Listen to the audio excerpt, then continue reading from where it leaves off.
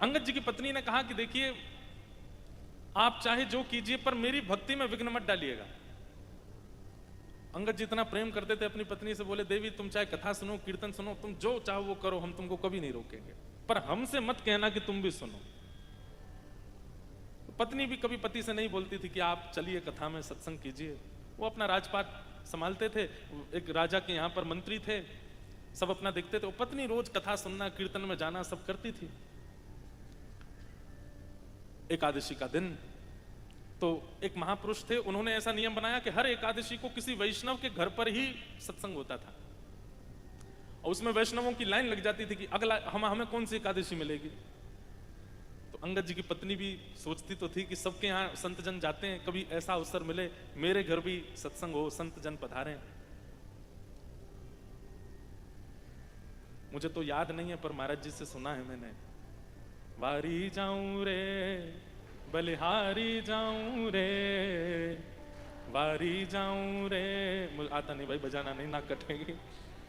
मारा सदगुरु आंगन आया बलिहारी जाऊं रे, मारा सदगुरु आंगन आया। ऐसे ही है ना महाराज जी? पूरा तो आप सबको याद है, आप ही गा देना, मैं सुन लूंगा। पर ये चाव होता है, ये भक्ति की एक स्थिति है कि किसी महापुरुष को देख करके आपके चित्त में ये भाव आता है। भले ही वो महापुरुष आ नहीं पाते हो, उनसे हट नहीं करना चाहिए, वो नहीं आ पाए, वो उनकी इच्छा है। वो जब आपका ऐसा भाव होगा, आपके ठाकुर जी चाहेंगे तो वो आएंगे, चाहे जैसे भी आए, पर आपको हट नहीं करना चाहिए, इच्छा रखनी चाहिए, हट नहीं करना चाहिए। कई लोग हट करते हैं।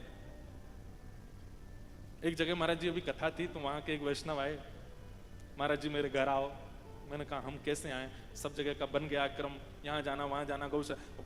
ये भी होता है कि जब कहीं नगर में जाते हैं तो पहले वहां के मंदिरों को, वहां के गौशाला को, वहां के संतों के स्थान को प्रायोरिटी देते हैं, वहां चले जाएं। तो वो धड़ाम से गिर गए सामने ही और बोले मैं जहर खा लूंगा नहीं आए तो। मैंने कहा ये कैसा तरीका भैया आपका? नहीं रो में तो रो में पाँव पकड़ लिए, बोले मैं खा लूंगा, देखिए मेरी शीशी में लेके आया हूं। मैंने कहा भाई मत निकाल, यहां मत खाना। एक हमारे बोले निकालने तो दीजिए, है ही नहीं जेब में, ऐसे ही कह रहा है।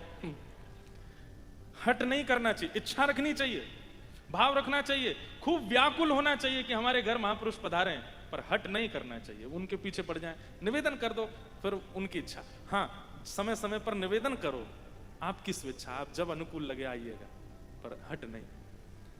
तो अंगद जी की पत्नी को भी मन में हुआ कि मेरे घर भी संत महापुरुष पधारे हैं, सत्संग हो, आनंद होगा।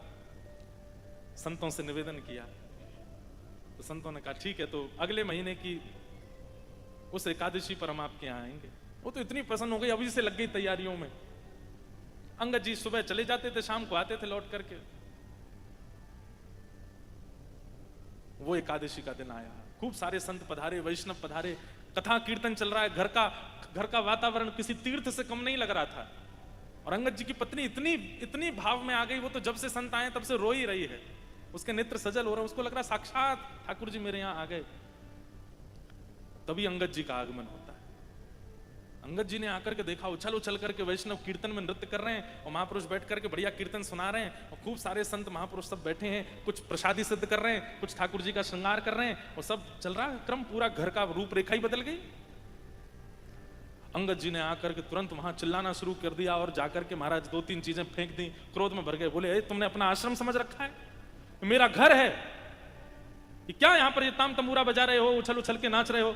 अपने आश्रमों में कीजिए ये सब जाकर के, नदियों के किनारे इतने बड़े बड़े घाट बने, वहां कीजिए जाकर के, ये मेरा घर ही मिला था तुम सबको ये करने के लिए। धीरे धीरे वैष्णव क्षमा मांग करके वहां से जाने लगे। अंगद जी की पत्नी दूर खड़ी देख रही थी, बार बार जाके ऐसे तो मत कीजिए, इस प्रकार का व्यवहार तो मत कीजिए। पत्नी शांत हो गई। वैष्णव का ये स्वभाव होता है, वो विवाद से बचेगा, विवाद में नहीं पड़ता। कई लोगों की ऐसी रुचि होती है महाराज जी, जैसे विवाद कहीं हो जाता है ना, 2 लोग लड़ जाए यहाँ पे, तो वो उठ के पहले भागेगा सुनने के लिए क्या चल रहा है, और फिर उसमें किसने कितना किसको कहा क्या, वो निर्णय अपने मन में कर लेता है, इसमें तो 2 मुक्का मारने चाहिए, नहीं मारे तो तेने तो तेरी जगह में होता है, ऐसा करता। विवाद में बहुत रुचि होती कई लोगों की, पर वैष्णव का स्वरूप कैसा, कोई उससे विवाद भी करता है ना, वो अपनी हार मान करके भैया तुमको जो उचित लगता हो वो करो, तुमको जीत चाहिए जीत लो, तुमको प्रॉपर्टी चाहिए ले जाओ, तुमको धन चाहिए ले जाओ, हमको अकेला छोड़ो। विवाद में पड़ता नहीं है। अंगद जी की पत्नी शांत हो गई। जब सब महापुरुष वहां से चले गए, सब कुछ शांत हो गया, एक रात्रि तक कोई वार्ता नहीं हुई। दूसरे दिन अंगद जी तो बिल्कुल सहज भाव में अपनी पत्नी के पास गए। देवी, आज बाल भोग नहीं पवाया। पत्नी ने मुख ढक लिया, बाल भोग लेकर के आई, पधरा दिया। आज तक कभी मुख ढका देखा नहीं था उसका। पूरा दिन हो गया पूछते पूछते, पर वो शांत मौन हो चुकी थी। रात्रि में पूछने लगा, आप ये कैसा व्यवहार कर रही हो, ऐसा मुख क्यों ढक लिया तुमने? बोले, देखिए विवाह तो आपसे हुआ मेरा, 7 फेरे आपके साथ लिए मैंने, मेरे पिता ने कन्यादान आपके हाथ में किया मेरा, उसका निर्वहन तो मैं करूंगी कि मैं अपना पातिव्रत धर्म निभाऊंगी। आपको भोजन पवाना है, आपकी जो जो उपयोगिता उनकी पूर्ति करना, ये मेरा धर्म है, वो मैं करूंगी। पर क्योंकि आपने एक वैष्णवों का अपराध किया है, इसलिए एक नियम तो मैं धारण करूंगी, और वो ये कि अब जीवन में आपको अपना मुख नहीं दिखाऊंगा। जब जब मेरे सामने आप आएंगे घूंघट कर लूंगी। आपको छोड़ के जाने वाली नहीं हूं, मैं रहूंगी साथ में, सब करूंगी, अपना पातिव्रत धर्म निभाऊंगी। लेकिन इसी को कहते हैं देह से त्याग ना करना, मन से त्याग देना। अंगद जी बोले, देवी ऐसा मत करो, मैं तो तुमसे बहुत प्रेम करता हूं, तुम जानती हो। बोले, मुझसे प्रेम करते हैं, पर हरिजनों से आपका प्रेम नहीं है, तो फिर मुझसे प्रेम करने का कोई अभिप्राय नहीं। जिसको हरिजन प्रिय नहीं लगते, हरि के दास प्रिय नहीं लगते, वो मुझे कैसे प्रिय लग सकता है? लेकिन मेरा दुर्भाग्य कि ब्याह तो हो गया मेरा, अब रहूंगी आपके साथ, पर मुख नहीं दिखाऊंगी। और आपसे प्रार्थना, आप जो कहेंगे वैसा नियम होगा। आप कहेंगे कथा में नहीं जाना, तो वो भी बंद कर दूंगी, पर मेरे को इसके लिए हट मत कीजिएगा कि अपना मुख दिखाओ, ये मेरा नियम है। अंगद जी तो इतने व्याकुल हो गए, अब क्या करूं। खूब मनोहार किए, हंसती भी है, बात भी करती, पर मुख नहीं दिखाती अपना। इसे कहते हैं मानसिक त्याग। महादेव ने भी तो किया था सती का। जब राम जी की परीक्षा लेकर के सती आई, तो आसन उठा करके सन्मुख रख दिया बगल की जगह, कि अब इधर विराजने की आपका अधिकार अब समाप्त हो गया, अब तो सन्मुख बैठो आप। महादेव ने भी कोई पूरा त्याग, देह से त्याग कर दिया वैसा। अंगद जी इतने परेशान रहने लगे, इतने दुखी हो गए, बोले क्या करें, अब पत्नी का मुख ही नहीं दिखता है। एक दिन जा रहे थे घोड़े पर बैठ करके, ऐसी कथा चल रही थी, सब लोग बैठ के सुन रहे थे, व्यास जी कथा सुना रहे थे। अंगद जी महाराज बोले, ये कथा ही आई थी मेरे जीवन में, इसी नहीं मेरा घर पूरा। तब कथामृतम तप्त जीवनम, कई महापुरुष इसका अर्थ ऐसा लगाते, तप्त जीवनम। हे ठाकुर जी, आपकी कथा जो है वो जीवन को तपा देती है, लेकिन इसका वास्तविक अर्थ यह है कि जीवन के जितने ताप हैं वो आपकी कथा से दूर हो जाते हैं। जाके बैठ के बोले, सुनो तो सही, ऐसा क्या है इस कथा में जिसके लिए पत्नी ने मेरा त्याग कर दिया? जैसे अंगद जी कथा में जाके बैठे, ध्यान पूर्वक सुनने लगे एक एक शब्द को, नेत्र बंद हो गए। ऐसी अनुभूति होने लगी जैसे मानो कितना सुख, कितना आनंद, कितना रस, अपनी सारी आपत्ति विपत्ति सब भूल गए। ठाकुर जी की मधुर लीला सुनते सुनते भाव में चले गए श्री अंगद जी महाराज। जैसे कथा विश्राम हुई, आरती होने लगी, अंगद जी उठ करके व्याकुल हो गए, पूछने लगे, भैया ये क्या हुआ, सब खड़े क्यों हो गए? बोले, कथा विश्राम हो गई। विश्राम हो गई? बोले हाँ। कथा सुनने का असली अर्थ यही है कि विश्राम हो जाए और आप व्याकुल हो जाओ। बोले, हो गई कथा? अंगद जी बोले, अब कब होगी? बोले, अब तो आज 7वां दिन था, कथा विश्राम हो गई, अब तो पास के गांव में कथा होगी महाराज जी की। अंगद जी ने पता पूछ लिया, अगले दिन वहां पहुंच गए, वहां कथा सुनने लगे। 7 दिन वहां कथा सुनने के बाद में अब अगला पता पूछा, अब अगली कथा कहां? बोले, उधर के शहर में। तो वहां पहुंच गए, वहां जाके सुनने लगे। धीरे धीरे ऐसी स्थिति हो गई, पहले तो अंगद जी घर आके जिद करते थे पत्नी से कि मुख दिखाओ, पर अब अंगद जी को भी कोई चिंता नहीं, चुपचाप आते, प्रसाद पाते, सो जाते। कुछ दिनों के बाद वही कथा फिर से अंगद जी के नगर में हुई। अंगद जी कथा सुनने गए, जैसे ही एक भाव में कीर्तन किया व्यास जी ने, तो सब 2-4 लोग उठ के नृत्य करने लगे।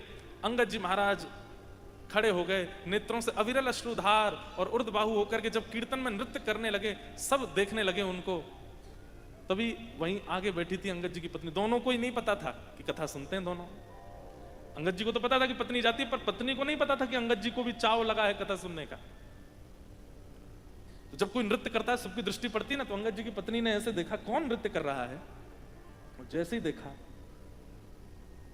ये मेरी आंखों को कोई धोखा हुआ है या मुझे कुछ और दिख रहा है, ये तो अंगद जी लग रहे हैं। उसने थोड़ा और पास जाकर के घूंघट करके जब देखा, तो भाव आवेश की मुद्रा में और महाराज अविरल अश्रुधार और ऐसा नृत्य कर रहे थे श्री अंगद जी महाराज।